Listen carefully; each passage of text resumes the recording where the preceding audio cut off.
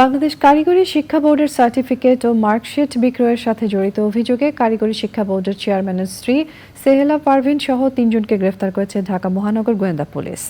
গোয়েন্দা প্রধান হারুনুর রশিদ জানান, কারিগরি শিক্ষা বোর্ডের দুর্নীতির সাথে জড়িত আরও অন্তত ৩৫ জনকে শনাক্ত করা হয়েছে।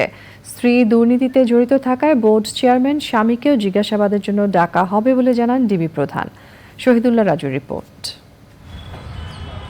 সনদ বাণিজ্যে জড়িত থাকার অভিযোগে বাংলাদেশ কারিগরি শিক্ষা বোর্ডের চেয়ারম্যান মোহাম্মদ আলী আকবর খানের স্ত্রী সেহেলা পারভিনকে গ্রেপ্তার করেছে গোয়েন্দা পুলিশ। ঘটনার সাথে জড়িত হিলফুল ফুজুল টেকনিক্যাল অ্যান্ড বিএম কলেজের অধ্যক্ষ গোলাম মোস্তফা এবং ঢাকা টেকনিক্যাল স্কুল অ্যান্ড কলেজের পরিচালক মাকসুদুর রহমান ওরফে মামুনকে গ্রেপ্তার করে ডিবি। বোর্ডের সিস্টেম অ্যানালিস্ট সহ বিভিন্ন কারিগরি প্রতিষ্ঠানের অসাধু কর্মকর্তাদের যোগসাজশে বিপুল পরিমাণ অর্থ হাতিয়ে নেওয়ার অভিযোগ রয়েছে তাদের বিরুদ্ধে। 3 জন 164 করেছে। চেয়ারম্যানের বউকে আমরা জিজ্ঞাসাবাদ করেছি, সেও বলেছে তার সাথে ওই যে সিস্টেম অ্যানালিস্টের যোগাযোগ ছিল এবং লেনদেন ছিল।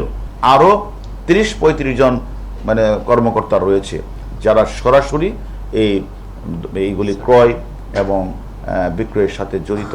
তাদের নাম নাম্বার আমি পেয়েছি, তাদের শীঘ্রই আমরা গ্রেপ্তার করব। ডিএমপির মিডিয়া সেন্টারে সংবাদ সম্মেলনে ডিবি জানায়, গ্রেপ্তার সিস্টেম অ্যানালিস্টের কাছ থেকে মোটা অঙ্কের টাকা নিয়েছেন সেহেলা পারভিন। যে কোনো শিক্ষা প্রতিষ্ঠানের বা ছাত্রছাত্রীদের তথ্য সংযোজন, বিয়োজন, পরিবর্তন সংক্রান্ত নিবেদনের ফোকাল পার্সন হলো শিক্ষা মন্ত্রণালয়ের চেয়ারম্যান বা পরীক্ষা নিয়ন্ত্রক। এটা তো কোনো ক্রমেই এই সিস্টেম অ্যানালিস্ট বা কম্পিউটার অপারেটরের কাজটা না। যত বড় লাখ বলই থাকবে ছাড় দেওয়া হবে না। আমরা চেয়ারম্যানকেও আমরা প্রয়োজন বোধে যদি আমরা তথ্যপত্র তার সাথে সংস্থাকে আমরা জিজ্ঞাসাবাদ করব।